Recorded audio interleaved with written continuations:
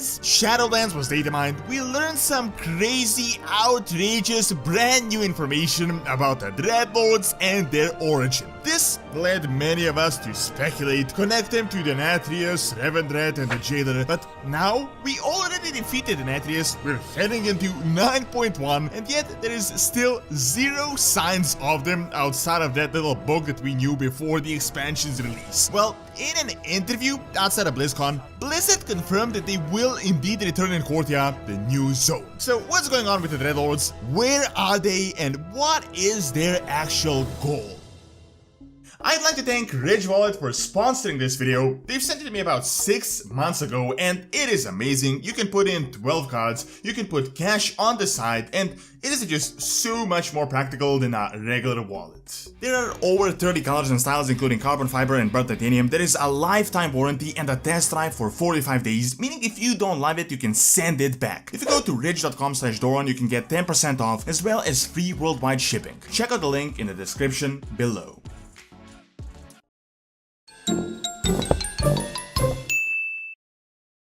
I'm guessing by now all of you have already seen the Enemy Infiltration book that was one of the biggest game changers for the lore, I'd say in over a decade or possibly even more. While this document was purposely mysterious and vague, it did reveal a ton of new information. Some of the key elements are the Dreadlords are not demons but are in fact from the Shadowlands, that they are the ones that tricked Sargeras to form the Burning Legion, that they infiltrated the light most likely to the Atraxian, and that they have been at this for countless eons. Now, none of this information was 100% directly confirmed by Blizzard, but we're all going by it because Blizzard did give us a bit of a nudge that we're going in the right direction, hinting that the Dreadlord similarities are done on purpose, and of course there are a few more than obvious things such as their name, Nat Rezim, Castle Natria. The main point of the debate through these months wasn't are they related to the Shadowlands because we know they serve death, but who do they work for exactly? Is it the Jailer or Sire Denatrius or both, since they were obviously cooperating?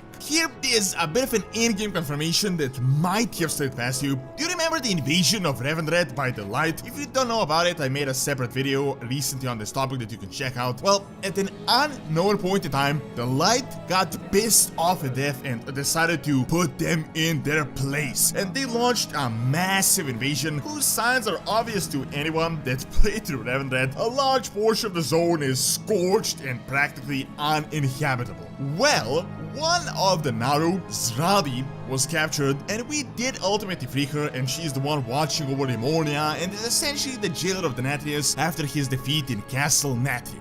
Now, when you talk to her, as she described her capture, she gives a huge hint about the Dreadlords. Zradi says, "I lay broken on the battlefield until the unseen ones found me, preserved me to serve as a weapon for their sire's rage." The key here being their sire of the unseen ones. If this doesn't confirm that Dreadlords are tied to Denatrius, I really don't know what does. I know there was never an official recognition, but the evidence is just so strong. Natresim call themselves unseen guests or Talkitur in their language, and they have done so for years, way before Shadowlands was even a thing. They look almost exactly like Sire Denatrius, and this book that revealed all this information is found within the Spire of the Unseen Guests. This, however, opens up a lot of new questions. If the Dreadlords are so powerful and they literally manipulated Sargeras and are the most cunning beings in the universe, where were they to save their master as we defeated him and he was imprisoned within the sword? We got this crazy, outrageous new lore, insane implications for the story of how they're behind everything, yet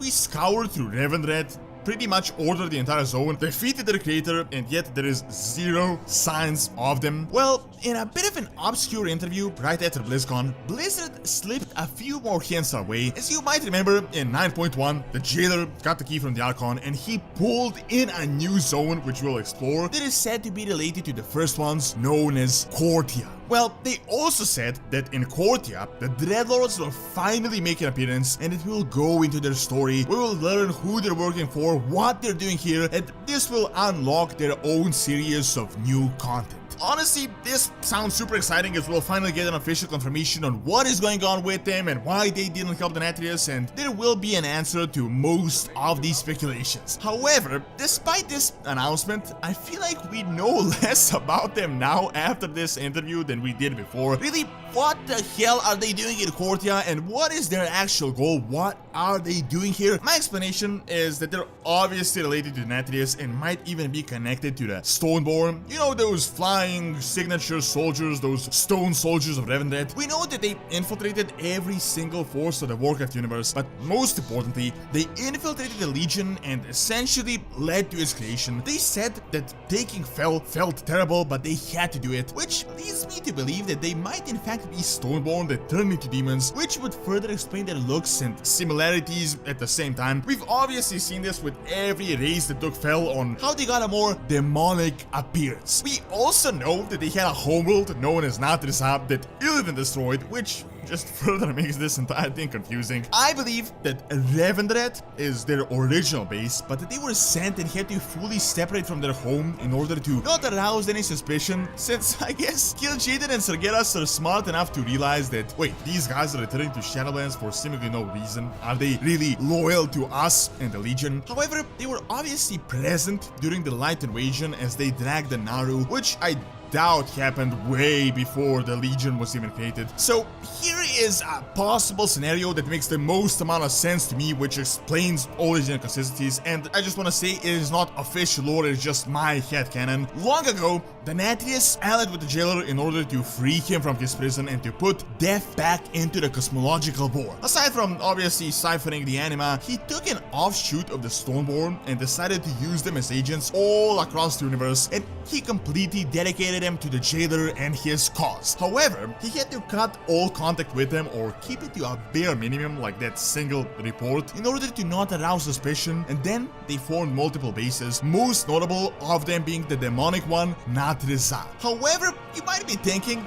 you know, there's a big problem here. If they departed a long time ago, like 20,000 years ago when the Legion was formed, how were the Nathrezim present in the Shadowlands when Zrali and the Naaru invaded? Best way to explain this is that there might in fact be multiple factions of the Dreadlords, all with the same allegiance but with different missions, which means that they might possess distinct looks as well. Maybe some of them were turned into demons and are what we know them as, but it is also possible that some of them were sent to another place like Kortia, for example, which is related to the first ones and might be like a mission to recover some first one artifacts in order to further empower Zovaal. As Illidan invaded Nathrezah and we killed a ton of Dreadlords with the Legion's defeat a few years ago, I'm guessing the demonic faction of the Unseen Guest was all but destroyed, but the other ones might have survived and we might be encountering these different Dreadlords in Kortia. This also means that these Dreadlords might look differently than what we are used to. They might not look the same as, for example, Balnazzar or whoever else. This theory makes the most amount of sense to me, but it would also explain why none of them are in Revendreth and why they didn't help the Denatrius in the most critical of times. They were all sent on their own expedition, and the Kortia expedition Dreadlords survived, which are a small group, I'm guessing, and they